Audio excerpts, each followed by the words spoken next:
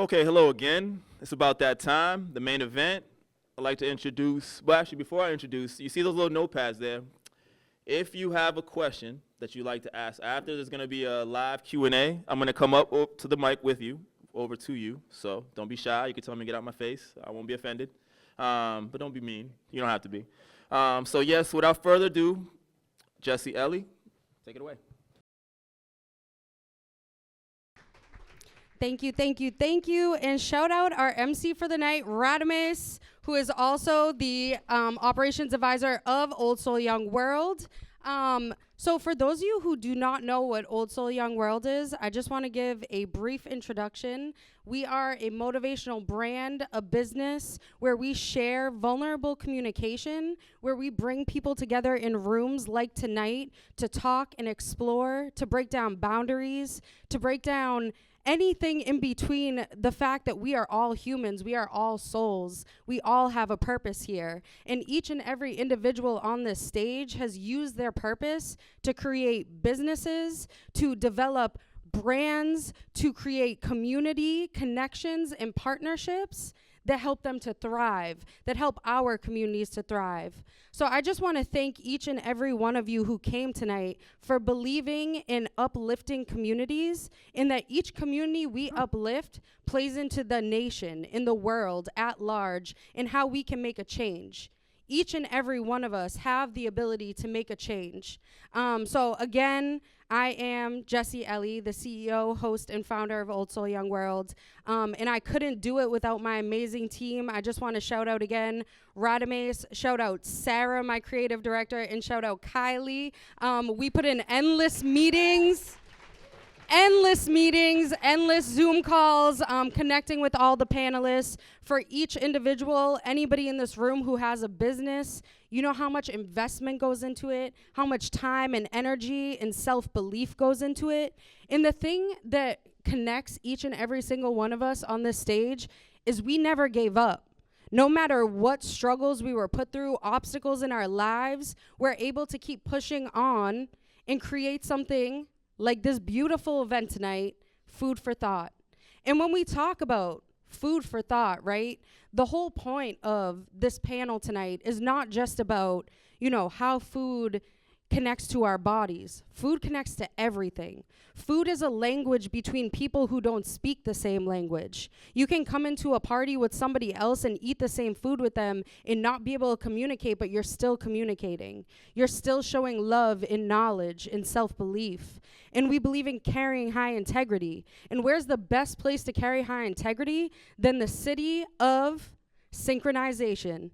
And I know people say this is the city of sin, but what me and my team call it is the city of synchronization. Because when we come together and we sync each other as people, as business owners, artists, and entrepreneurs, we're able to expand past the boundaries that were put in front of us and create something grandiose, something that you can never imagine. And that's what Old Soul Young World started off as, something that was just in my imagination, and now we are here tonight with a beautiful room of people. So can we give it up for yourselves, please?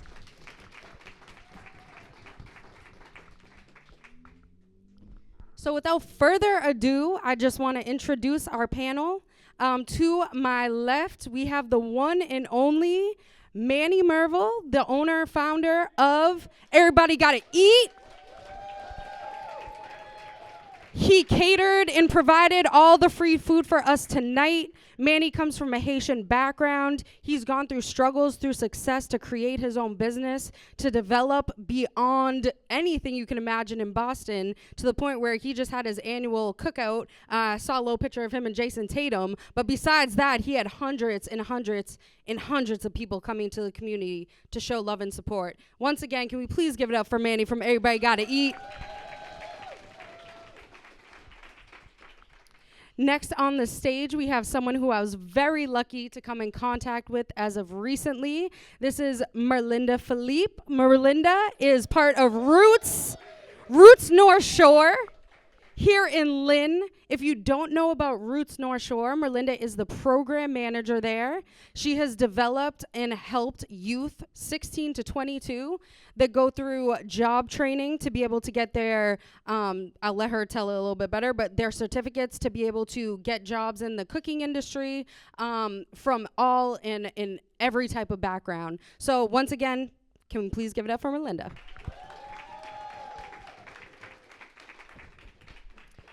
Next on stage, I'm grateful to introduce, and he's actually been on my podcast.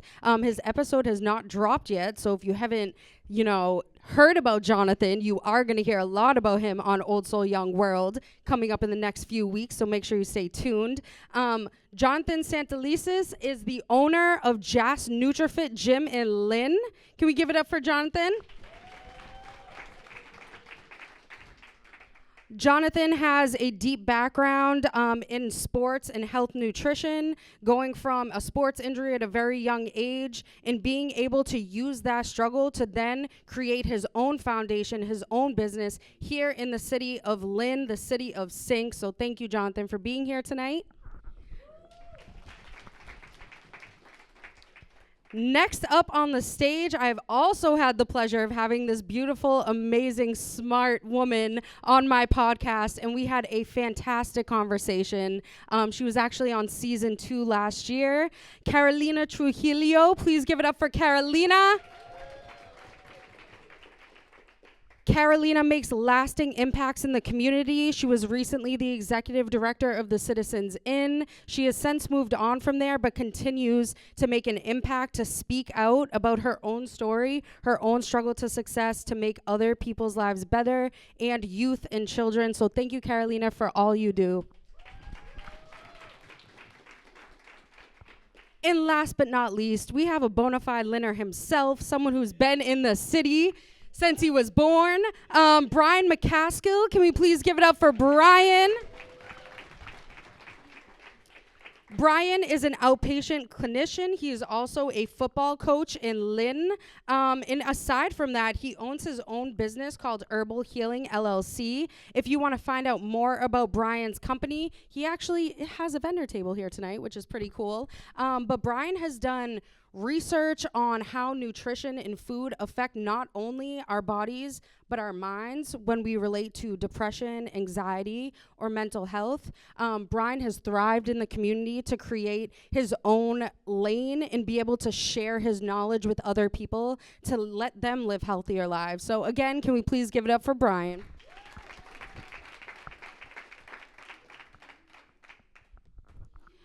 And I just want to say, before we start this, like I said, we're not just here talking about the delicious food that you got tonight and how, good that feels in your stomach, even though it was delicious, Manny. Everybody's saying it. Right, guys? Wasn't it good? But, like I said, how food actually brings us together. And, from Manny's background, everybody got to eat. It's facts. Each and every single one of us, nutritiously, through our mind, body, and soul, we have to eat on a daily basis to be able to get past our obstacles and create better lives for ourselves. So on that note, the questions that we're going to be talking about tonight are related not only to food nutrition and how it affects your physical body, but how struggles in digesting failure, in digesting all of these obstacles that we go through in life creates healthier communities or can take away from our communities. So on that note, I'm going to jump into the first question, and then if anyone on the panel feels inclined, you're welcome to answer, and we'll just do a quick little back and forth with each question we go through. Can everyone just do a little mic check to make sure we're working here? Little mic check. So just make sure, panelists, when you speak into your mic, you just speak up a little. Use your, your big room voice so everybody can hear us all the way in the back. Can you hear us in the back? Yeah. Word. Awesome. All right. So on that note, our first question of the night is exactly what we were kind of just getting into. Not really about the food and the nutrition based, but more so about your own personal defeat. So how does the foul taste of defeat lead you to the sweet taste of victory in your own personal journeys? Maybe I can pass that one to you, Manny, if you don't mind starting. No, that's cool. That's cool. Can you guys hear me?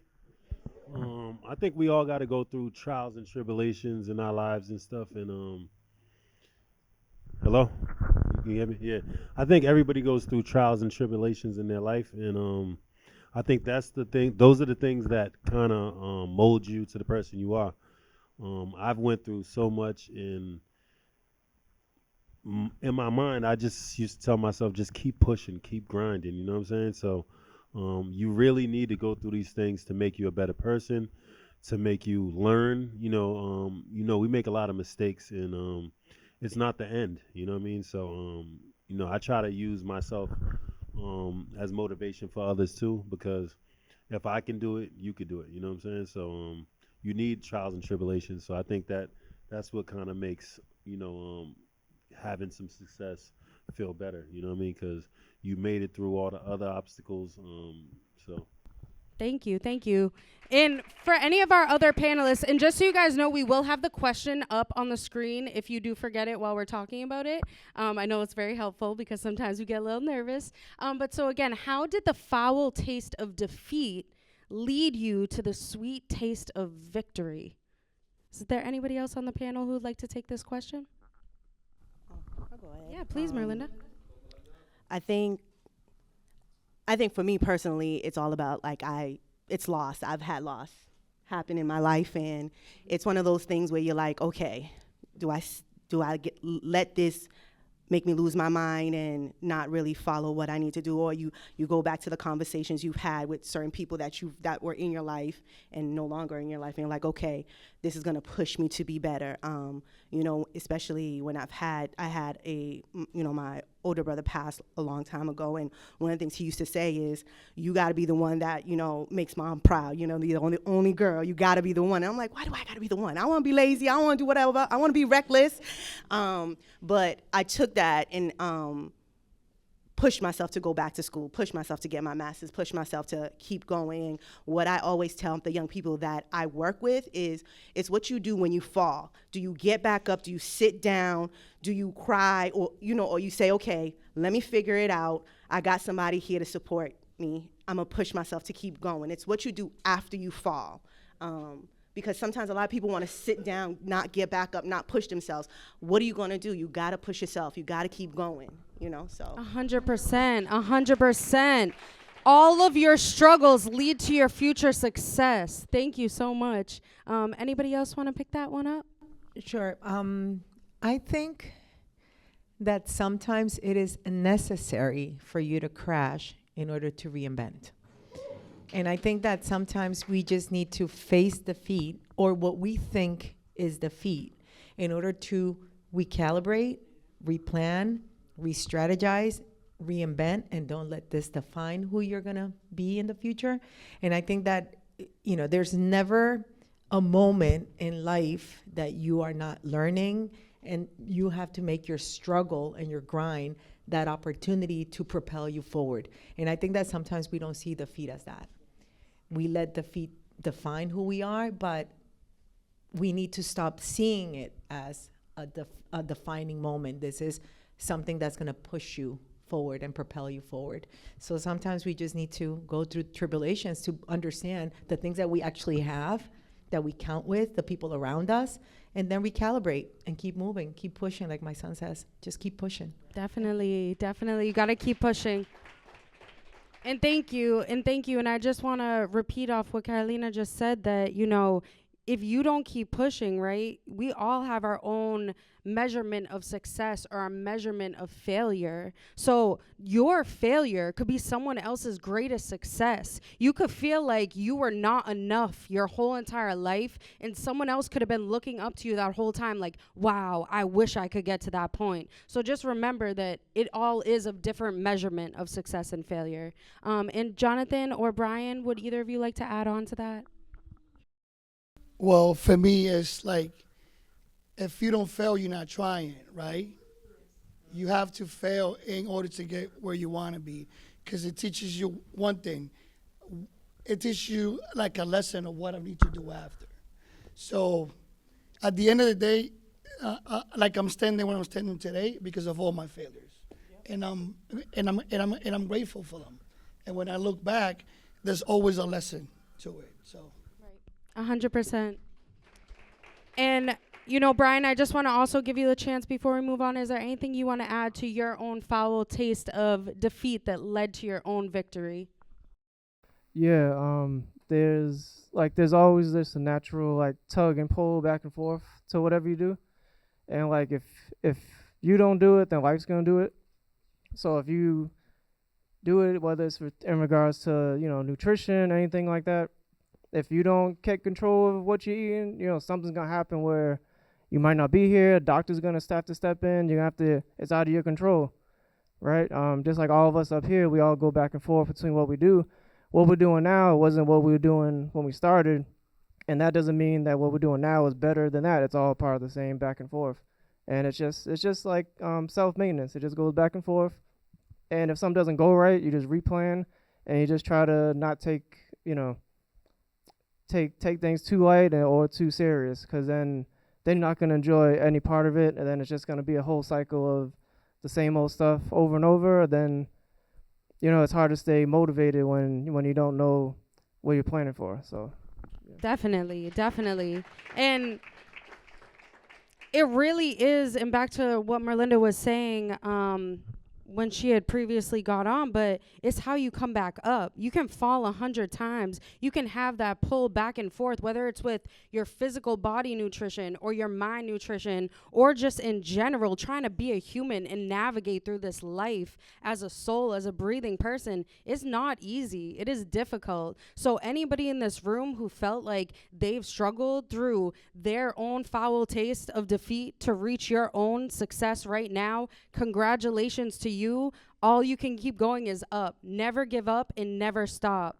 So on from that, this one is going to be a little bit more of whether you want it to be a nutrition-based answer or something in your daily life that you incorporate, whether it's mental health-based or whatever, however you want to take this. So much energy is expanded day in and day out being a human, whether that's mental energy, whether that's physical energy, whatever it is, we're all expanding ourselves every day. What are some of the main ingredients in your life that keep you functioning? So again, what are some of the main ingredients in your own personal life that keep you functioning, whether that's a food or a routine or whatever it may be? Go ahead, Jhonattan. I felt it, Jhonattan. I felt it. Well, for me, is what is my why every single day. Oof. I always think about my why. What's my purpose on this? What am I doing in this world? How am I serving the community of Lynn? I do competitive bodybuilding and things like that. And the first thing I do every morning is it's like self-care. I have to do cardio. I have to stretch. I have to plan my meals, and then I go on my day. But going back to the question, my routine that keeps me functioning is I have to start with myself every morning before I get out of my house. Yeah. I have to start with myself, and then I can help everybody else. But you know, when you own a business and there's bills and there's this and there's that, there's a lot of things that happen, and there's pressure. Every day there's pressure because you're chasing to make sure that you meet your bills and your clients are happy and whatnot. But at the end of the day, if I'm not on a well-being mentally, then I can't help nobody and I can't do nothing. Woo. What I just heard is you need to help yourself first before you can help others, and that is a key ingredient to keep yourself functioning. Thank you, Jhonattan. Can I add to his answer? Please. So I'm his client. Woo, let's go. So Shameless plug. I just also have to add that you have to lead by example, and I think that you do a really good job taking care of yourself, because then I feel shame when I'm eating the things that I'm not supposed to be eating, because if he looks the way he looks and has muscles everywhere and he's eating the asparagus and counting his carbs, then I'm like, oh my gosh, should I be? And I actually text him, okay, I'm gonna like screw up a little bit, but I will be at the gym on Monday, I promise. Because I think that part of that role is leading by example. and being able to set standards for yourself because others are not only watching, but you are a leader in your community.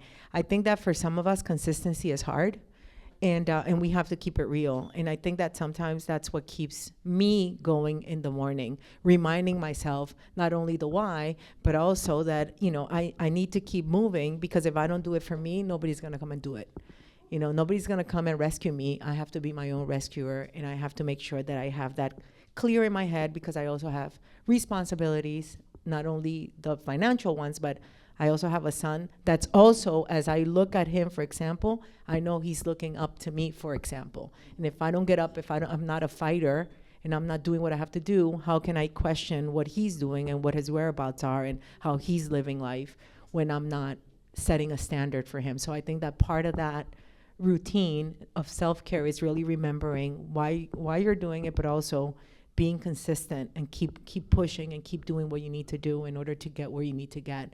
And that mark keeps going further and further away, because you reach something and then you see that, okay, I have to keep walking because I want this other thing, and I want this other thing, and I want this other thing. So also giving yourself, congratulating yourself, and kind of like celebrating the small victories is important, I find, because sometimes we can be very miserable with ourselves.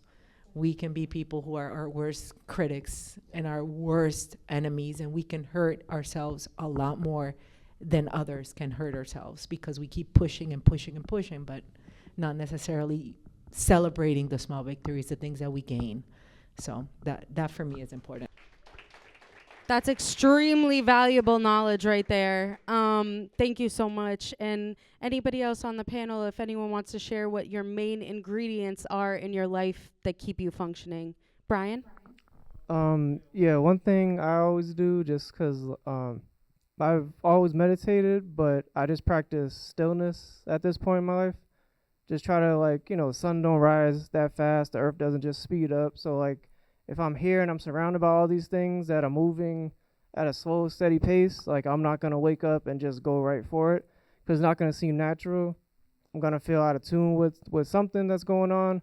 And then, you know, stressors are going to build up. Some one little thing is going to derail everything.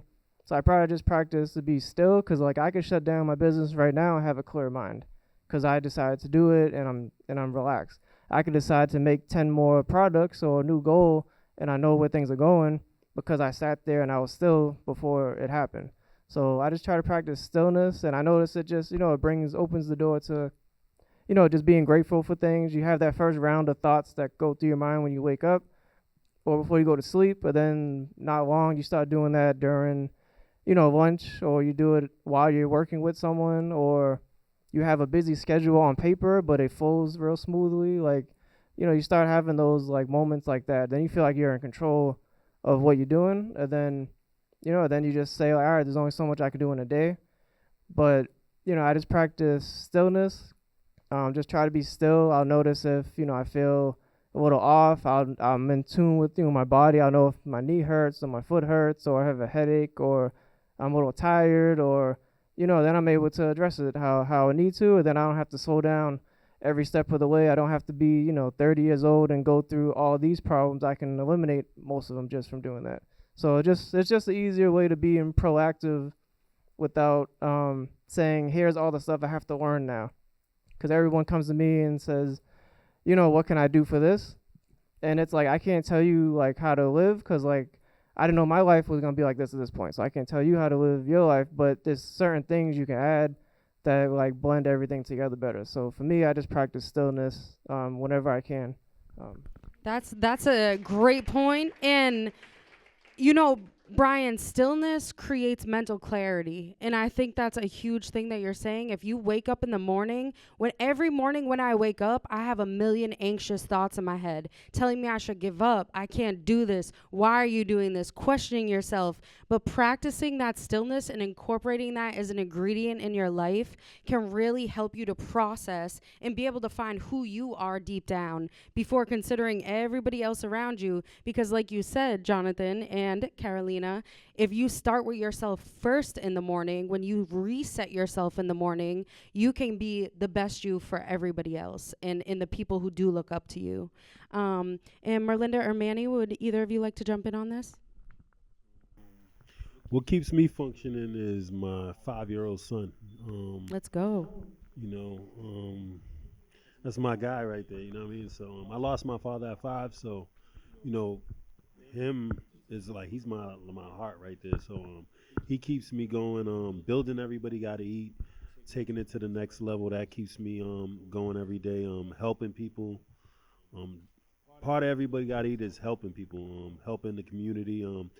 Every time I do this barbecue, I'm on my 5th year now. Woo woo. It makes me happy. You know what I'm saying? So. Yeah, helping people makes me happy. That's what keeps me going every day. You know what I'm saying? Keeping my mother's legacy alive. She died 3 years ago. She helped people her whole life. She used to bring immigrants from Haiti here, get them situated, get them their green cards, hide them from immigration, get them on their feet. And I kind of like when she died, I kind of figured like I'm my mother's son, really. Like, so I'm, yeah. So that's what keeps me going. Huh? Yeah, so that's what keeps me going. My son, my mother's legacy, everybody got to eat, helping people. I feel like helping people is like the biggest thing to me. You know what I'm saying? It could be the smallest thing. You know, just us giving someone food, the smallest gesture. You know what I'm saying? Sometimes we're at the stoplight, someone got a cup. You got a few dollars in the thing, just give it to them. I don't know what they're going to do with it, but you helped them that day. You know what I'm saying? So that's me. Thank you. Thank you so much. So me, I wake up and I thank God for another day. Even though I don't know what the day's gonna bring, but he allowed me to open my eyes, and I got 2 little ones that wake me up with them, and I gotta keep going. So it's waking up, thanking God, but also knowing that I'm a mom, I'm a wife, I am a person that deals with a lot of youth and young adults who lean on me to make sure they're okay. I have a great team that we're just trying to make opportunities for youth and young adults to just feel successful, whatever that looks like, and so that's what keeps me going. Thank you. Thank you so much. And I think it's very, very telling that through that question, what are the main ingredients in your life that keep you functioning? Not one of our answers was food.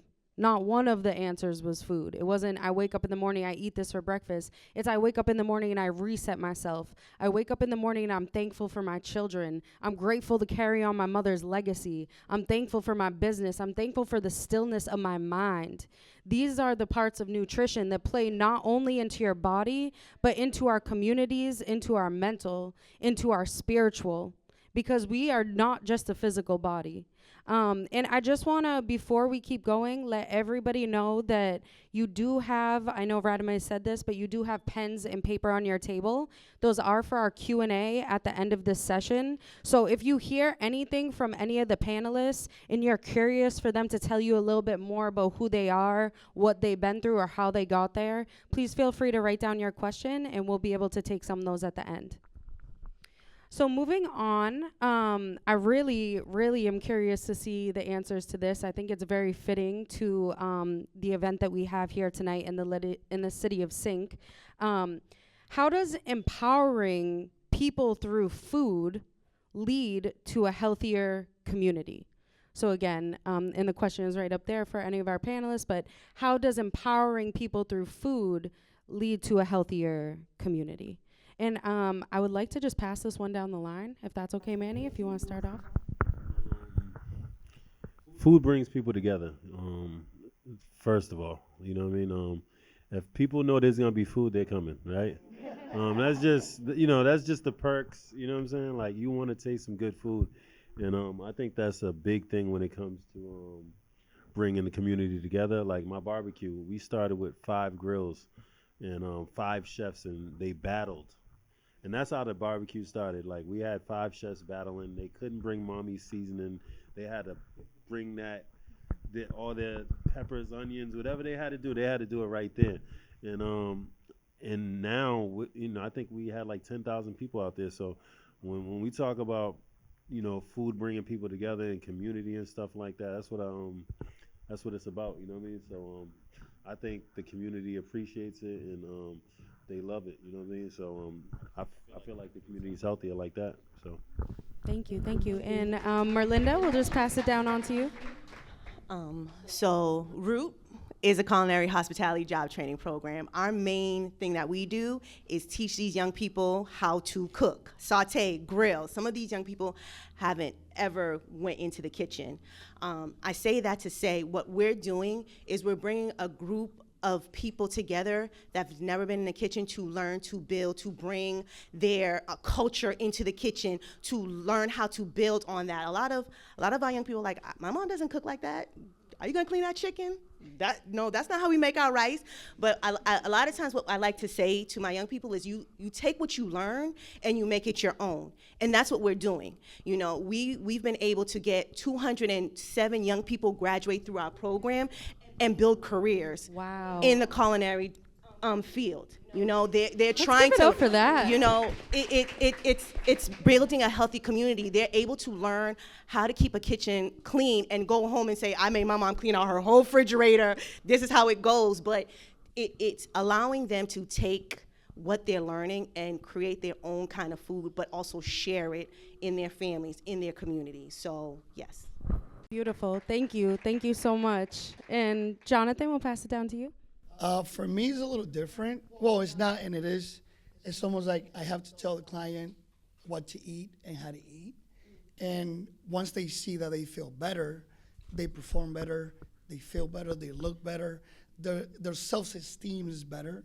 So as a community, I think that once you see every client looking better and feeling better because they're following a certain structure, we create that positive energy. And if you, we all want to feel good, right? So that's the way that I look at it. Yeah, just trying to create a healthy community. Thank you. Thank you so much. So if we look at the determinants of health, right? The determinants of health are the things, the basic things that people need in order to live healthy lives, have security. Food insecurity ranks really high. Housing ranks really high, and those are the two main issues that we have currently as crisis in the state of Massachusetts. We have basic, looking at the data sets from the latest report that was done by the Greater Boston Food Bank, 1 in every 3 kids go to bed hungry in the state of Massachusetts, one of the richest states in the United States of America, all right? Most people who go hungry are minorities, higher ranking African Americans and Latinos. If you look at households that don't have proper nutrition in their households, you're gonna see very low academic achievements because kids can't really function in the school if they don't have proper nutrition. So proper nutrition not only brings a healthier community better, but it is a necessity. It's a right in order to keep living as a human in this earth. So based on that answer, I think that when we talk about food, I see food as a human right. I see that everybody should have access to food. And I see that in order for us to have a community, we need to be able to have food for everybody who is part of that community. So it's not just a matter of gathering, which I think it's important, but it's a matter of survival. And I think that we should all be striving for everybody to eat. And I love the name of your organization. Everybody's got to eat, because it couldn't come to more real words than that. We should all be accessing food equally. There shouldn't be a disparity. We should be regulating prices in restaurants and regulating prices in supermarkets. And there should be active regulation and advocacy around the cost of food and also the access of food. So, I think that we just need to do a better job as a society to be able to get everybody what they need. And one of those things that are critical in order to survive, like oxygen, is food. Yes, yes. Thank you, Carolina, for touching on such an important topic of food accessibility, because like I said, it's not just nutrition of the mind and the soul, but if you are struggling every day for basic survival rights, then you can't focus on going to college. You can't focus on getting your next job if you're focusing on survival. So it should be a right to each and every living human in this nation and on our planet. So thank you, Carolina. And Bryan, the same question for you. How does empowering people through food lead to a healthier community? Which I feel like you have a lot of knowledge on. Yeah, I mean, besides bills, how I eat solve like 90% of my problems. So, you know, it's just your, like when you eat a lot of different things around other people, it's like, you know, it's culture on a plate. You get to, people feel open to express themselves just from what they eat, how they eat. You don't have to eat the same foods, but, you know, it's how people come together, not just trying new foods and everything, but you know that some work went into preparing it, to making it. You know that their intentions were right, and that sets the tone for kind of all the interactions that you'll have.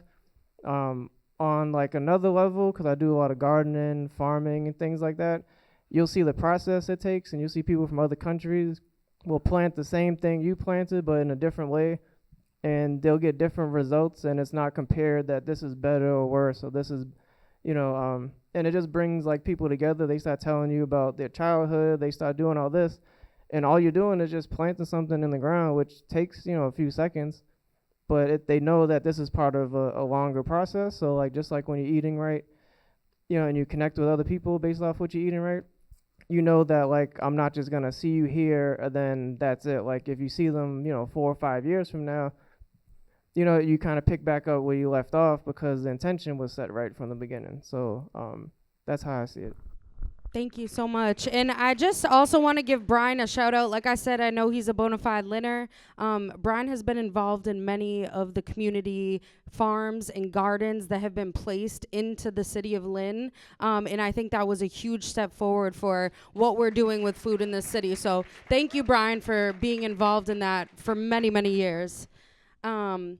Okay, so for this next one, anybody can just take it if they're feeling inclined. And again, the question will be up on the screen. Food, as we've been saying, is a universal language that connects cultures without words. What is your interpretation of that saying, that food is a universal language? And have you ever broken boundaries or broken bread with people to connect over food without having the same language? And if you could give us an example, if you would like also.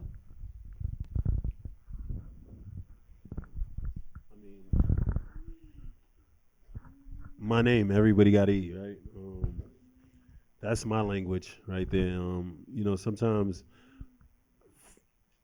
just giving, like, sometimes I go to Merlinda Cast right there on Mass Ave. Yeah. You know, there's people from all walks of life down there, you know what I mean? Some people don't speak English, some people don't, and, you know, but they know that I got food and I'm giving it away, you know what I'm saying? So, you know, sometimes we go to senior citizens places, sometimes we go to youth centers, and there's kids from other countries there that are new to the country, and you know, they all love food, you know what I'm saying? So I connect with a lot of people in a lot of different ways with food. So when I talk about that, I guess that's the kind of boundaries we break when we do stuff like that, and it's fun, you know what I'm saying? They don't know me, but they know I got food, and you know, it just works and out. And everybody you know gotta eat, so you already know. I guess that's how we do it, you know. Thank you, Manny. To piggyback off of Manny, we do something in, just to correct, Root North Shore is in Salem. We're in Salem, but we service all of Essex County, just to clarify that. But we do a meet and eat, where we have community meals that come out of our kitchen, made by the alumni that are hired into our kitchen, and we give it out to the community for free. And just like me, it's a lot of different people who are coming from different backgrounds. A lot of them don't speak English. Some of them are just freshly new into the community of Lynn. And they want to eat something, and it's a free meal, and it's a way for us to break that boundary for them to come in and kind of, one, get to know each other in fellowship, because it's at an elementary school. A lot of their children are in that school. They're just trying to figure out how to navigate, and it's a way for them to get resources, interact with other people, but also get a free meal and learn about what we're doing in the city. So that's how we break the boundaries here. Amazing. Thank you, Merlinda. And any other panelists want to go on this question, or we can move on to the next if not? Okay. Okay. All right. So next question, and I think actually Carolina touched on this recently, but an empty stomach leads to an empty mind, as in, if you don't have food in your stomach, how are you going to be focused on your education or your job or other priorities? What would you tell youth about the importance of eating the right things to sharpen their focus, especially in the morning, or if they don't have accessible food in the morning, any suggestions that we might be able to put out for youth?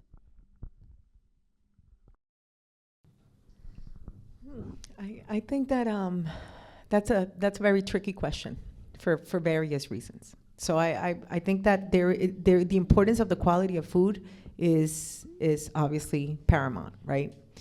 But if we take a step back and we look at a household that does not have any food, and that's, some of our households that we have in the public school systems where there's a lot of kids who are food insecure, then whatever you have is better than nothing. So I would encourage people to eat whatever they have available, even if it's sugary, what it's not ideal, but it's what you have in order to keep going, like gasoline, right? You just need it in order to keep moving. Obviously, we have all these nutritionists here and people who are very fond of nutrition and good eating. So I won't say that's what I would, encourage people to eat. But again, if you don't have anything, get what you got. I also think that that's the importance of the in public schools. Now the whole state of Massachusetts offers free breakfast, and for some kids that is sometimes the only meal they have.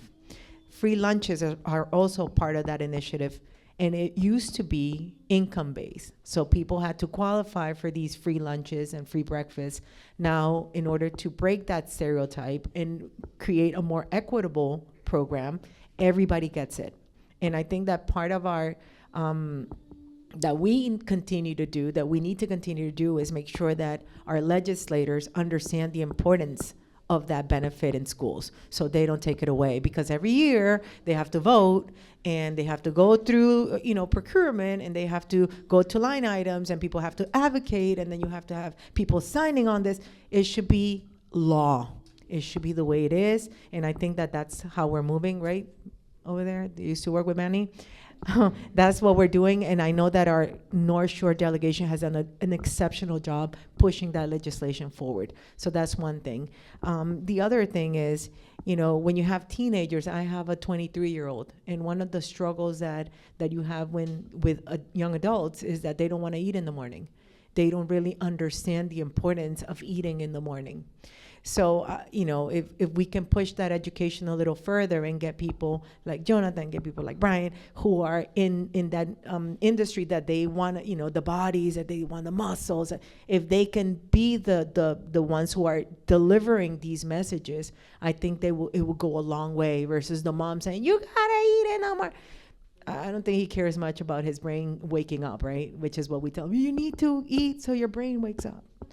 It's not resonating from me, but I know that from a guy who has the muscles and the body that he wants to emulate, maybe it would resonate. From people like Tatum, it will probably resonate. So I think that these are campaigns that we need to push forward as a community, and also be able to deliver it to young adults so they come to that realization that we already as adults know that it's important to eat the right food.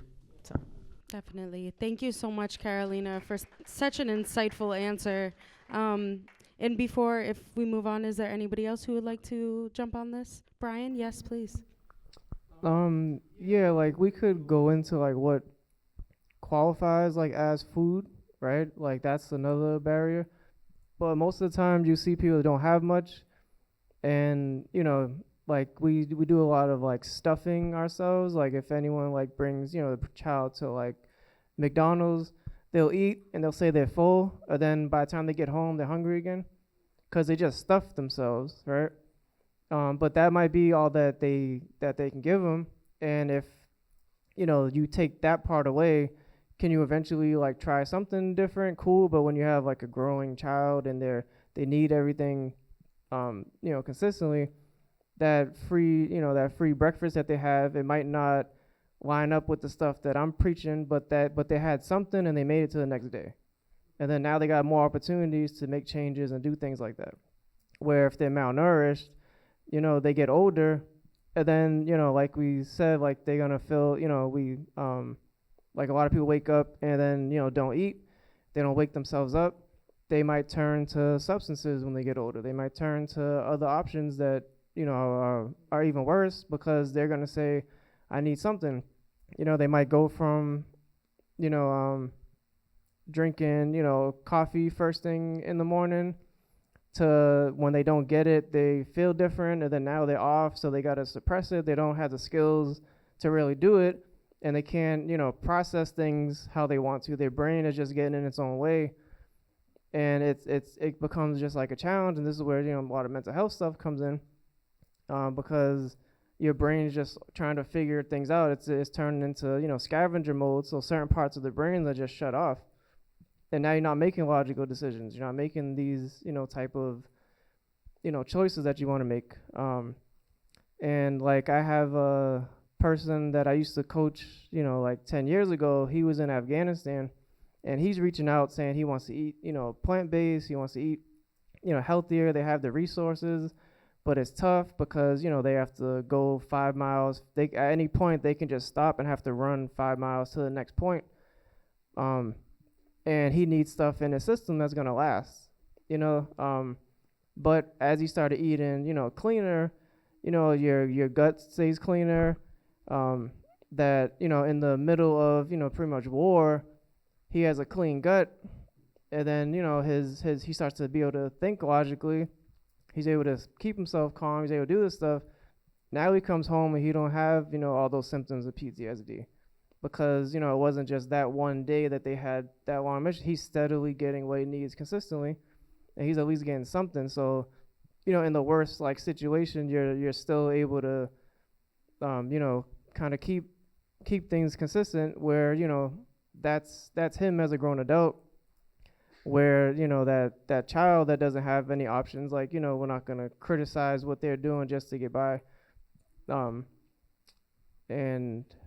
Yeah, like as we like get older, like we can kind of choose what to do, but like that's more personal choice, because like anyone can tell someone else what to do, but if you can tell yourself what to do and stick with it and be consistent, like we work with what we got for now. So Thank you. Yes, if you don't eat correctly, it leads you into a cycle, both mentally and physically. And like you said, that can even affect things like PTSD, anxiety, and depression. And it's very knowledgeable. So thank you so much. You want to add something, Bryan? yeah, just like your brain, like your mind's like infinite, right? Like you could picture a cow dancing on the moon right now, right? Because your brain can go there, but if it can do that, like it can go that direction in a negative way too, and that's where a lot of mental health stuff starts to creep in and become overwhelming. And then we're not really looking at food as like a tool to kind of break through things or how we navigate our lives.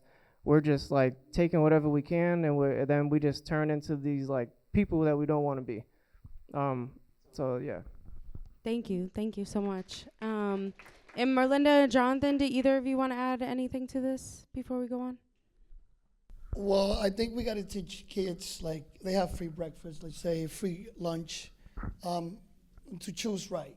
I mean, obviously, if you have a cheeseburger and you have a chicken wrap, why is a chicken wrap better, and things like that.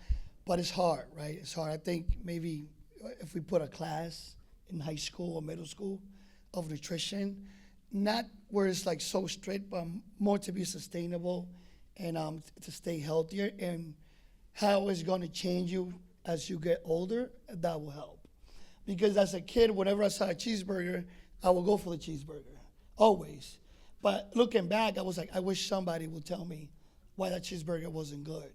So we have classes, social studies, math. Why don't we add like Spanish, English? Why don't we add a nutrition class that's very simple and clear so that a kid who's 10 and a kid who's 15 can understand, you know? Definitely. I think education on nutrition is something that we lack heavily in our school systems. And, like Jhonattan and Carolina said, we do have the free breakfast, but being able to make that choice, being able to consciously understand what that decision is doing to you, it's super important. So thank you all for answering that. And we are coming down to our last two questions. We save the good ones for last. These ones are very thought-provoking. And I really do hope each one of you can answer these last two so we can get everybody's, perspective on this. So for this one, we were talking, about the food insecurity in the nation and the crises that are happening and how accessibility is not accessible to everybody. So how can food waste be better repurposed to support underserved communities or migrant families, especially during today's crisis?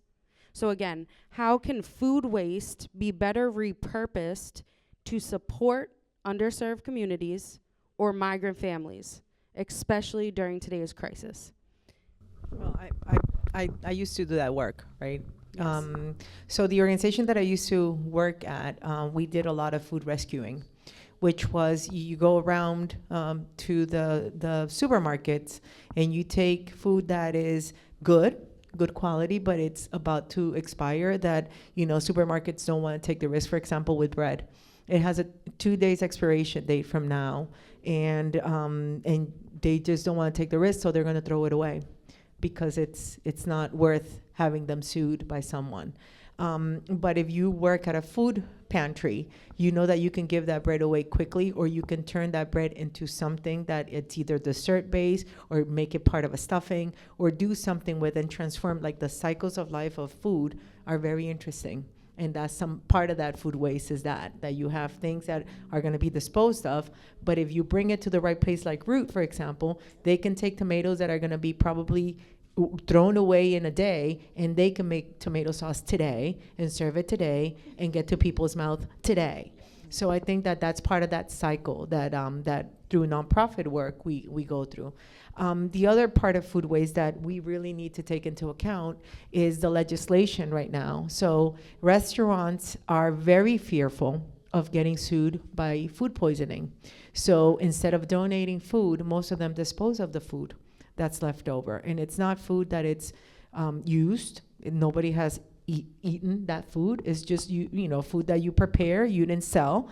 So now it has to go to the, to waste, because you just don't want to risk giving it to a person, that person getting sick, and then coming back to hunt you, and you getting thousands and thousands and thousands of dollars in a suit because of, So I think that part of that is really identifying kind of like what part of that legislation can give some protection to the restaurant so they can donate food. Like you were saying, Manacas is a really good example of a place where there are so many people in the streets that would benefit from having good food that is freshly made that they can have and eat right there and then.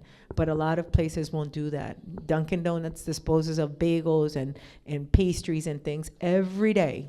Every day they throw it away, because hotels in the area do the same, restaurants in the area do the same. So I think that's part of that food waste that we really need to look into, because it could easily serve our community and be distributed that same day to people in our communities, and get it to people's mouth that they're struggling. Again, through the community meals program that I used to work at, not only the food pantry, that's part of that initiative, just making sure that people have something to eat that night. It's a warm meal. They can take it home, and they can take as many as they want home. So for them and their children. And one of those initiatives was have a late pantry for people who work, because that's one of the populations that struggles with food insecurity, but they don't qualify for federal assistance with food stamps because they have an income. but yet they don't have enough to purchase with the cost of food going up. They don't have enough to purchase enough food for their families. So having a place where they can come and pick up food after work, usually food pantries close at 4, after work, being able to pick up food and continue home is a big game changer for families.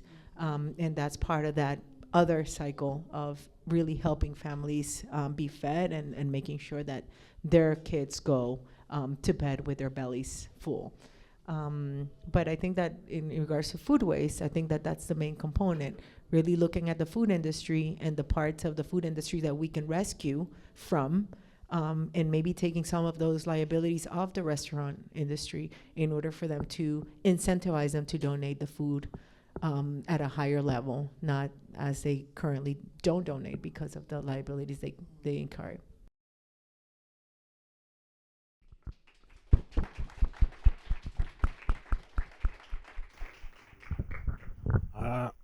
Excuse me. I think we just need to work together. Talk to each other, communicate, maybe have a website or something, so people know where to go, where they can find food, where they can drop off food and stuff like that.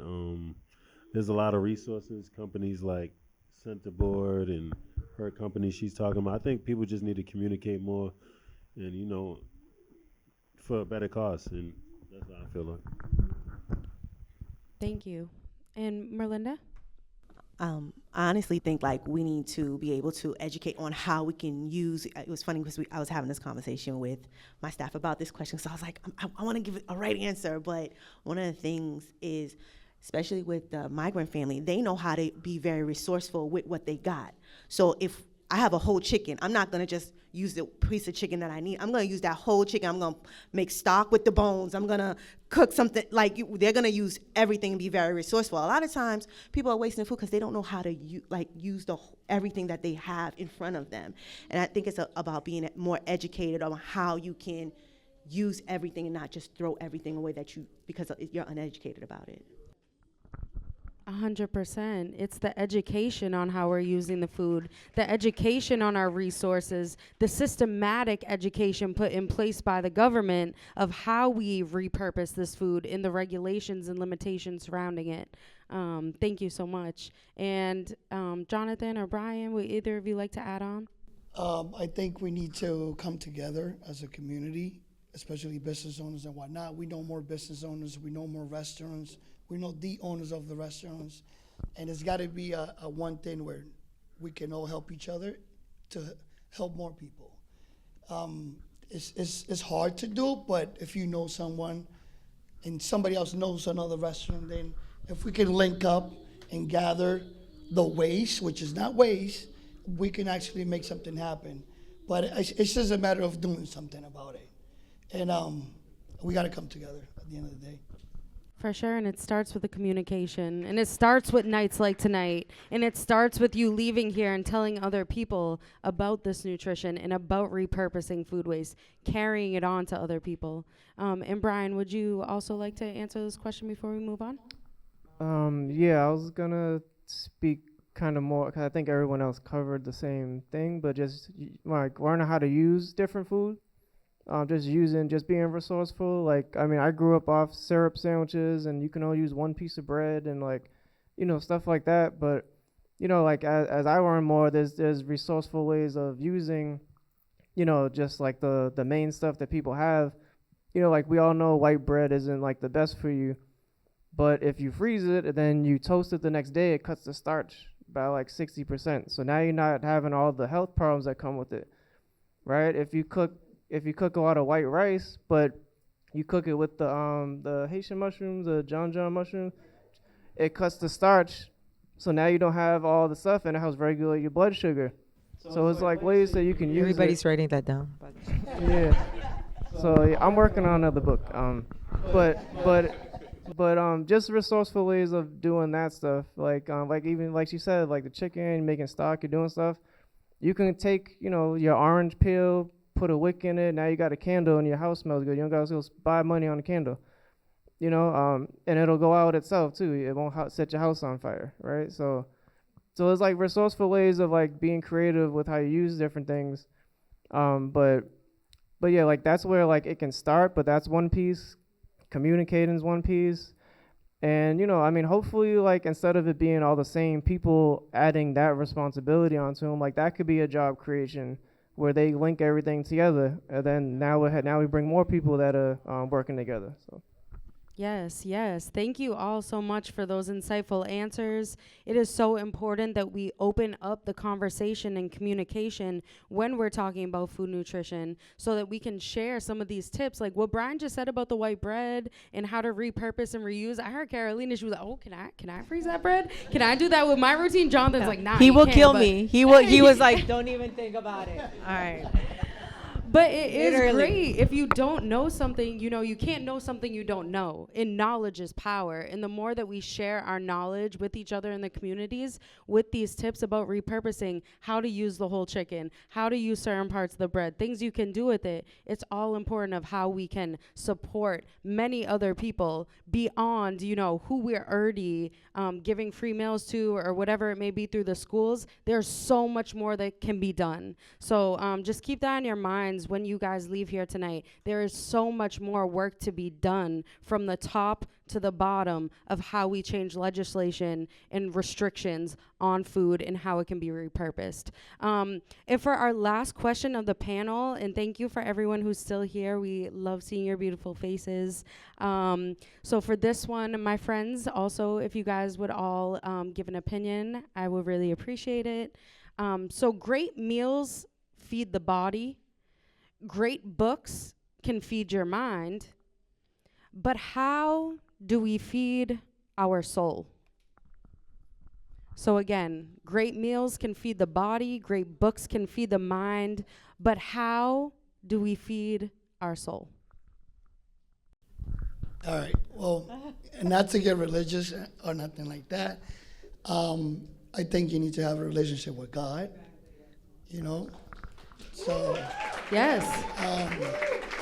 no food or no book is going to fill you up. I mean, a book might guide you on how to become better in your soul, like steps and things like that. A good meal might make you have mental clarity and help with that cause. But at the end of the day, if you don't have a spiritual life, you can't feed your soul. Woo! I appreciate that. And whether you're religious or not religious, we can all be spiritual and we can all feel that and tap into that. And thank you. Thank you for that. Anybody else? How do we feed our soul? I don't know. It's a tough question. I'm trying to think about it, but I just being a good person and having integrity and just Let's being real, go. man. You know what I mean? Just that's how I feel about it. Being a good person, your integrity, and stuff like that. I can go on, but that's how I feel like. Just being a real person, you know what I mean? Yes, being a good person, sharing knowledge, sharing that, being able to tap in with other people. It's not just about us. And a lot of people live in a very singular perspective where they think, you're the main character of the movie and that's it. But when you expand that perspective to help other people, when you can be a good person, that taps into your soul. We're all physical bodies in this room, but what keeps you motivated every day? What keeps you going past the struggle, past the obstacles? Being a good person, being in a community, and keeping it going. So thank you for that answer, Manny. Merlinda, is it okay if I pass it over to you? Agreeing with both of these amazing men next to me, I would say also for me personally is my partner, my husband. Give it up for the partner. He is my rock. Yes. When I'm having them bad days, when I'm having those good days, when I'm having my awkward days, I'm able to come home and talk to him and be like, look, I'm at 10%. You got to have the other 90 because I ain't got nothing for you. Take your kids and wrap it up. But I'm able to laugh. I'm able to cry. I'm able to be myself with him. So I do have a spiritual life. I am a good person, but I know also what feeds my soul is the partner and the person I've chosen to spend the rest of my life with. That's beautiful. And very special. Not everybody finds that. So that's very special. Thank you for sharing that. And Carolina or Bryan, is there anything that you're able to do in your daily life that feeds past your physical body and feeds into your soul? Well, I also agree. I think that, having a good relationship with, whatever you call your spiritual guide is important. For me also is God. And just making sure that he's kind of like in the center of everything that I do. But I also feel that, just remembering that we are part of a larger ecosystem and that we need to climb. And as we climb, we need to lift as we climb. And we're not just doing it for ourselves. We stand on shoulders of great giants that came before us, but we are also the shoulders of other great giants that are coming after us. And I think that we just need to keep that perspective in mind. And as an immigrant of Colombia, coming to this country and trying to figure my way around and trying to figure my professional journey and climbing and having all the obstacles and keeping myself motivated and centered and the resilience that every immigrant has to show in order to make it in this country. I think that those are things that you keep in mind and you remind yourself why you're doing this, because there's others that are going to come behind you, and because you just need to, keep striving for more, because that's what you came here to do, not only to this country, but to this earth until you're called. And then when you're called, I'm pretty sure, I believe, that God is going to ask me, okay, I gave you a kid. What did you do with that kid of mine that I gave you to be his mom? And what did you do with your life that I gave you to manage and handle? And then you're going to have to have good explanations. Say, I did a lot of stuff, right? I did this and I did that, and I fed people, and I was good people, and I was good wife, and I helped people in their, journey, and I did all these. And I want to have a good story for this person when I meet, before I go to heaven, because I believe I'm going to heaven after raising my kid. But I do want to have a good story for God and in my journey. So that's what keeps me grounded. Thank you so much. And Bryan, I'll just have you wrap it up with, how do you feed your soul? Well, I mean, everyone up here pretty much reference, God, but like even if you're not there in that sense, you can still have like good orderly direction in your personal life, right? That's God, right? Good orderly direction, where I'm not creating no problems for no one. I'm not trying to get in no one's way. I'm not stopping anything anyone's doing. So I go to bed with a clear conscience, and I carry myself in my life with a clear mind. And I just stay on task. Like, none of us have everything mapped out with how we want to do it. I kind of know what's next, for me and what I want to do, but I don't have it planned out all the way to the end. Which, I wouldn't want to do that, because then you kind of know when everything's going to be over, so, but yeah, just good orderly direction. Like, you're not trying to disrupt everything people are doing, and then, people gravitate towards you. You're able to help more, and, just through connections that way, you kind of feed your soul. Wow. Can we give it up for these panelists tonight? The knowledge, the self-care, the health of the mind, the body, and the soul.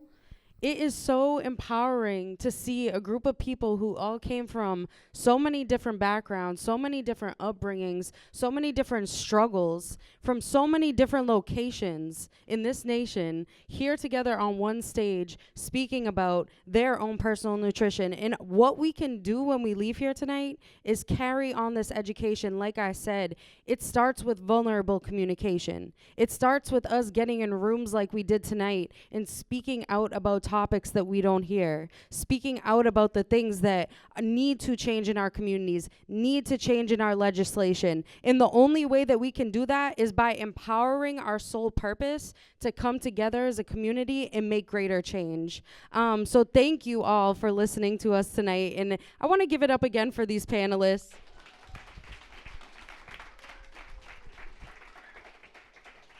And to wrap up our panel segment, we are going to open it up to the audience for a brief Q&A. So even if it's not on the questions that we asked, if you heard something from one of these people or you saw them walking around and you just have a personal question or something that you want to ask them or you've been wanting to ask them, now is your opportunity to get to know who these amazing people are a little bit deeper.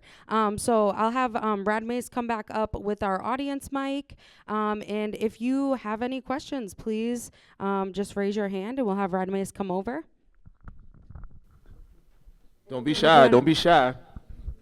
Okay, here we go. You know, the food was really seasoned, but I feel like the soul is being seasoned right now. How you doing today? Good. My question is, what words of encouragement would you guys give to the younger generations of today, coming from where you guys came from? Everybody's struggling, coming from, you know, different countries. What would you say to these kids? I mean, I heard a few words today too. Keep pushing. There was another one you said. You know, sometimes you got to have that self-talk. You know, keep pushing, keep grinding, work hard. You know, you got to talk to yourself sometimes. You know what I mean, and motivate yourself. So those are the type of things I tell myself every day. Almost keep pushing, keep grinding. And one of them is figure it out. You know, figure it out is like my go-to for everything.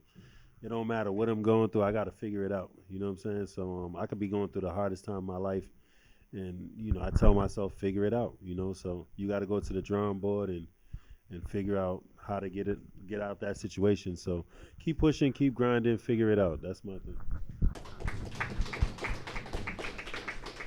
What I would say is learn to who's like around you, your surrounding. You got to be careful who you hang with, because you could go that same route, right?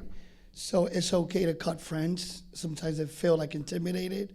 They want to fit in. I think that's a big problem. I want to fit in. I want to fit in. But next thing you know, you're going the wrong route, and then now it's 5 years. So you're like, it's kind of late. So that's one thing that I've done, and I still do. I have a very small circle, and I'm very careful who's around my circle. Yep. Yes. I go ahead. You know, I often remind my son, and I tell him, you know, if you want to do it, go do it. If you want to get it, go get it. Nobody's coming here to save you. If whatever is going to happen is whatever you put energy into. If you're not putting energy, there's no miracle worker in life. It's not something that you snap your hands and you're like, yay, it's going to happen. If you want it, go right ahead. It's right there for taking. Everything in life, good and bad, is right there for taking. You have to decide what you're going to dedicate your efforts and your energy to. And that's for you and only you to decide. You can be the greatest success story, or you can be the greatest fail story. Because nobody is going to determine the life that you want to live except for you. And, you know, I just keep it real. That's the reality. I think that sometimes we just feed kids with all these, you know, magical stories that life is hard. I'm sorry, and not everybody's getting a medal, and I'm glad for that. Go through the grind, do the work. You want to see results? Put in the effort. You shouldn't be getting medals just for participating. I'm sorry, but I don't agree with that. I think that if you're going to get the medal, you should get the medal because you were the best. I mean, there has to be competitive edge in everything you do, and I think that kids nowadays have lost that. We have to remind them, dude, you want to go get it? Do it. Go. It's right there for taking, but you have to put in the effort. And that's, you know, keeping it real. My poor kid now goes to therapy. I'm just kidding. I think for me, hello? Okay, sorry. I think for me, I have a lot of sayings, but I think the one that resonates as an adult and also to a young person is, if somebody shows you who they are the first time, believe it. You Believe heard? it. Because a lot of times you concoct something about this person, they're going to be amazing. Even if they've dragged you and giving them giving them time to change. No, if they show you who they are the first time, please believe it. Yeah. Whether they're good or whether they're bad.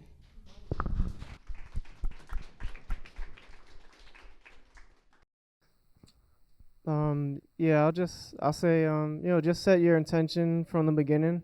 Like, you don't know what the end results, gonna be, but, we're all in different spaces and different things going on. And, I'll see it with, a lot of people struggling during the day. Then that one bad thing happens and they go off and you see some of these crimes get committed. And, a lot of that don't happen when you set your intention from the beginning, because that becomes your little voice in your head. Like, I coach high school football, and sometimes things get heated, but, you set your intention before you get there, and it doesn't cross the line. If you're home with, your spouse or your kids, and you have, like, your intention set, like, it doesn't cross the line, it doesn't go there. And then you don't have to do all that work to get back to where things were before, and now you're not wasting your time when you set your intention from the beginning. Exactly. And I just want to also answer that question just from my own personal perspective and my own personal life. To any youth in this room, to anyone in this room in general who has struggled to success, if I told you how many people told me I couldn't be on this stage today, if I told you how many people don't believe in me, didn't believe in me, didn't support me, and I'm sure every single one of the people on this stage can also agree with me that there's always going to be people telling you not to be yourself, to give up on yourself.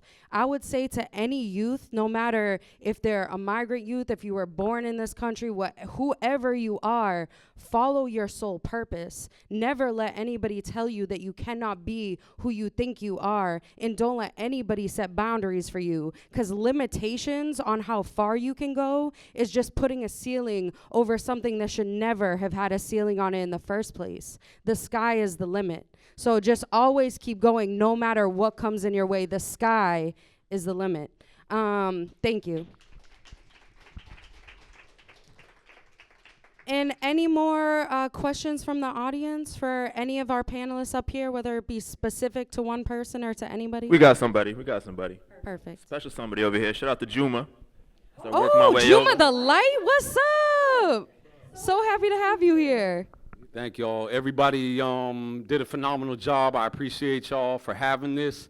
If each one of you could speak to maybe an action step that we can all leave with, something of tangibility, something practical, something functional that we can all do. Sometimes, a lot of times when we get together, we talk a lot, and I'm not against that. Discussion is how we come to solutions, right? But I think most important is what we do when we go through those two doors at the end of the day. So if you could leave us maybe with some action steps, just even one thing that we can all concentrate on and focus on doing in order to practicalize this and bring this to reality. Thank you. That was a great question. One thing I will say, here we go. Self-care. Again, you got to take care of yourself. If you want to become better, if you want to be better, if you got goals, it starts with yourself. So prioritize yourself before you can do anything, before you could help anything. Because if you're not in a good mindset, you can't take a step forward. It's just, you might take it, but you might take the wrong route. So take care of yourself. When you go through those doors, if you have any problems and you know things are clear of what you need to fix, start fixing them. And I think when you take care of yourself again, everything just gets clear. Yes, thank you. Thank you, Jhonattan. For me, I think that if you got, like, everybody got goals, dreams, and stuff like that. And for me, when I started Everybody Gotta Eat, I went to a bar one night, and I met this girl, and she had a food blog, and it was something I always wanted to do. I said, I'm gonna start this food blog, I'm gonna do this food show, and I never did it. And, I used her as motivation that night. I said, you know what? Tonight, I'm not going to sleep. I'm loading up all my food videos, because I used to be on Snapchat just doing food all the time. So that night, I created my Instagram, Everybody Gotta Eat, and I just started uploading videos. So for me, I'm telling you guys to just start. If you want to start a podcast, start it. If you want to go open a business, get the LLC. You can probably do it tonight on LegalZoom. So whatever you want to do, start that right now. You know what I'm saying? You don't get don't wait. You know, I read a book called Power Now. And if you read The Power of Now, if you don't know it, the power of now is living in the right now. You know, we can think about the past, but the past is not here. We're talking about right now. Do what you can do right now, right this minute. Don't wait. Don't think. You can think about the future, but right now, live in the present. You know what I'm saying? So what could you do now to help yourself get to that next level? You know, if you got to go work on your credit, do it now. Don't say, oh, yeah, I'm gonna do it next week. No, do it now, because you might say next week again. You know what I'm saying? So whatever you got to do it now. If you want to start a business, if you want to do whatever you got to do, if you want to print T-shirts up, do it now. You know what I'm saying? You could go online right now, order 100 T-shirts and print them up. It's just that easy. Do it now. Yeah, I agree. I think that life can be very loud, and sometimes we're clouded with all the noise around us. And one thing that I would encourage people to do is to focus. Set 3 priorities. Don't set a million priorities. Set 3 things that you want to accomplish in a day, and focus on getting those 3 accomplished.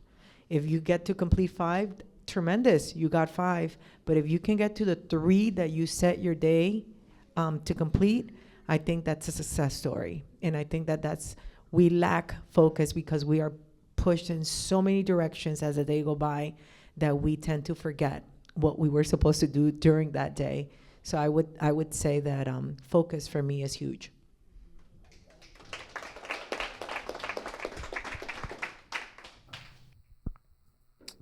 Yeah, well, besides just eating more fruit, like I'll recommend, I'll just say, like, you can start with that, but I'll say, like, I kind of plan at the middle. I don't try to, like, we have all these great plans and we can draft all these ideas, and most of the stuff's gonna get cut out or we're not gonna get to it.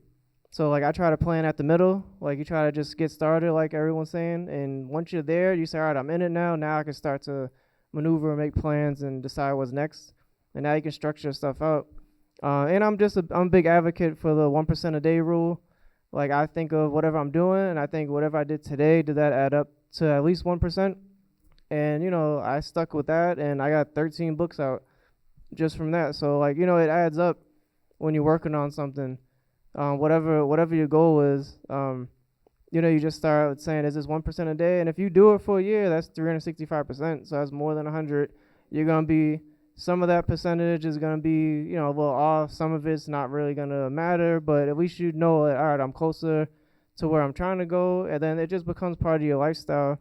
Because, you know, like all of us don't work as much in the community as some of the members here, but we all incorporate in what we do. We're not in the gym as much as Jhonattan, but we all incorporate, you know, physical fitness and movement. Right? Like, we're not doing that at that level, but we all incorporate, you know, physical fitness and movement, making sure we have mobility into our lifestyle. So a lot of what all of us do overlap, but it's all in different ways, and it's kind of just finding your way and how you want to do that.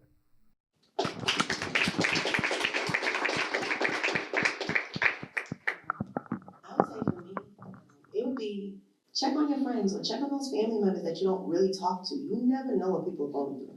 And that one call, just be like, hey, I just want to see how you were doing, can open up doors for them like you didn't know how much I needed to hear somebody say how you were doing. Or just checking up on you. You don't know what people are going through. And you know, we talk to people every day, but those people you don't talk to at all the time, or somebody comes into your mind, they're coming into your mind for a reason. It's a simple phone call. Hey, how you doing? Thank you.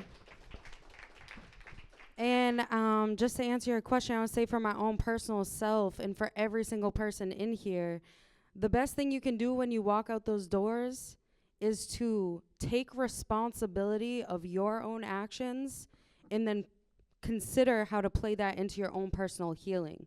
Until you learn to take responsibility, no matter what you've been through, stop blaming other people.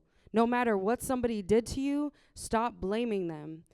Look at yourself, look at your own healing, and look at how to make yourself internally, spiritually, a stronger person, so that you're no longer blaming, you're no longer carrying that negative energy. Let the negative energy go from whoever it is that is holding that against you, or you're holding that against them. When you walk out those doors, consider yourself healed. Consider yourself taking responsibility of your healing. And I think that's how you can move towards all of the steps that these amazing panelists just said.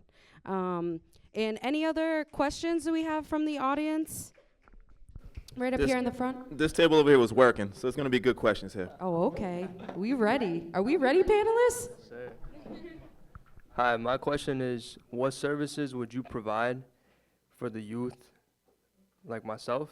Because I work at a mentee program, and we're always looking for potential partnerships that help the next generation in the community.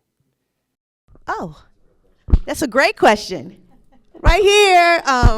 No, I would say if you are looking for a youth and young adult who are looking, even we focus on culinary hospitality, but we also focus on life skills. We like to say we do the knife and the life skills, because what we do is not only teach you how to cook and clean and all of that in the kitchen, but we also teach you how to have decent conversations in a workplace, but also conversations in your home. We teach you how to interact with people.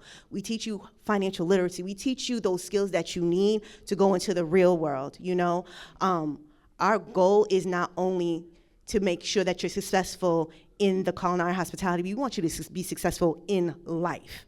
A lot of young people who go through our programming, you just don't graduate and we leave you alone. You graduate and we follow you. We're checking in on you. We're like, hey, what do you need? What supports you need? Because our goal is not for you to be high and dry, but also to graduate and be able to get a job, be successful in that way, be able to put food on the table, be able to pay your bills, be able to say, hey, I want to do this. It's not the direction of culinary, but it's in this direction, and we will help you.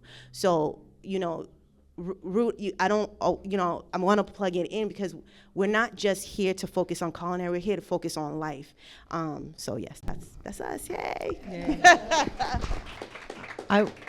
I want to say that I'm pretty sure every nonprofit in the city of Lynn and surrounding communities is looking for volunteers.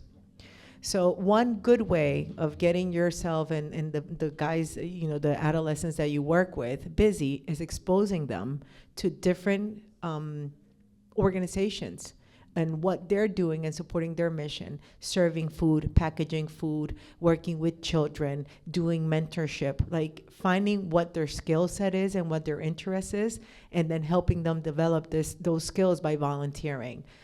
Sometimes you don't know what you want to do in life. Honestly, I think it's a huge responsibility to tell a 17, 18-year-old kid, hey, determine what your future is going to be and pick a career now and go to college. And it's a hard choice. Like, I'm going to invest all this money in this education that maybe in 2 years in it, I don't know if I want to do it.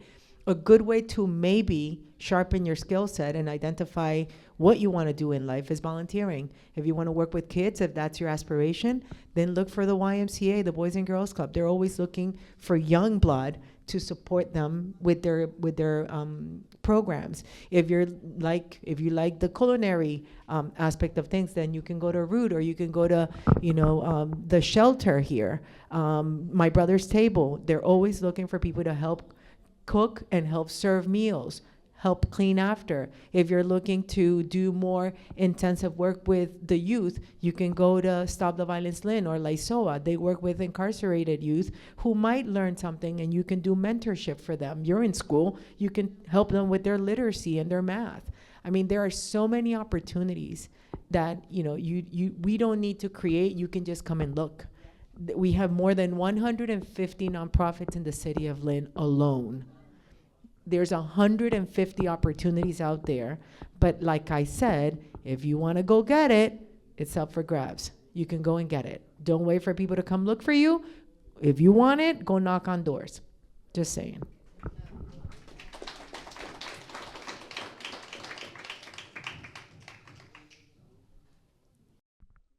And I just want to make sure you said that what services would we offer to the youth? Am I right? So I just want to, just from my own perspective, a service that I offer not only to the youth but to the community is vulnerable communication. And I can't capitalize on that enough, but being able to start speaking about your struggles, whether you want to do it on a video camera and share that on social media, whether you want to go out and speak or just talk about it with your closest family and friends, the amount of people who don't share what they truly think in their heads is something that we are all lacking, that we're all missing in the community. So I would say services, at least the Old Soul Young World can provide, is mixing mental health and media and being able to use that as a form of expression. And I think that all youth and anybody coming up should use their struggle story to tap into their own success. Is there any other panelists who would like to respond to this young man? Okay, anybody else in the audience with a question? Oh, he wants a free membership. Now he's asking for things. We're working on like a nonprofit for the youth especially, so they can have free workouts. We can teach them about nutrition. It's just hard at the moment. We're trying to get this nonprofit going, but we're getting closer, I promise. We want to serve the community too, and I want to serve Lynn as much as I can. So we're working. While he gets on that goal, the YMCA can offer you a free membership. You just have to go and ask for it. Great point. Anybody else in the audience? It's true. I think we have a hand in the back.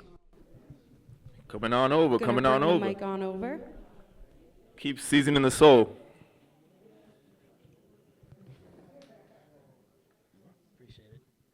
How's it going? My question kind of has to, similar to the one earlier, when you asked about morning routines. What's the nightly routine like? Whether if it's on a nutritional side, on a business side, or a personal side, how do you guys pretty much handle the day or the end of the day, whether if it was a good day or a bad day? I start with some wine, man. If you're 21 plus. There's kids in the room. A glass of wine and just wind down and relax, man. I try to put the phones away and just relax, man. Just relax. That's how I do it. So for me, I have something for everything. I get on my notebook and I start writing my next day, hour per hour, every night. So I have a structure next day, and I know what I'm doing every hour of the day. I might not make it, but like Carolina brought up a few minutes ago, I try to get at least half of it or three out of 10 of my to-do list, right? Then I pray, and then I go give love to my girl. Like, have time with her. But I usually finish with my notebook. What I would encourage people to do is unplug. Just put the phone down.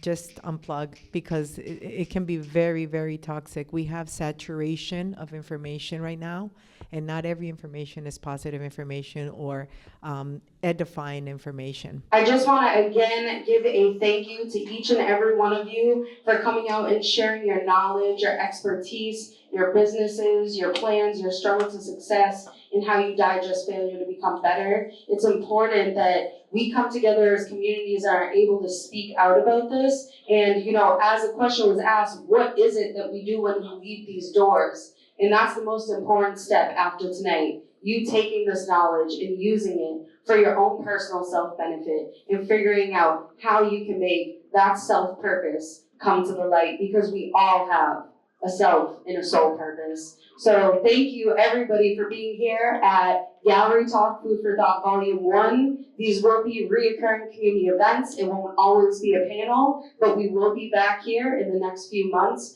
for the next Old Soul Young World event. So if you liked what you saw here tonight, make sure you scan our QR code, follow us on social media, follow our website so you can stay in touch, stay in tune, and you can find any of these people's information on the panels on your table. So if you do want to get in touch or have more questions that you want to ask personally, you can hit them up there. And again, Manny, Merlinda, Jhonattan, Carolina, Bryan, thank you all so much for being here tonight. And thank you everybody for being here.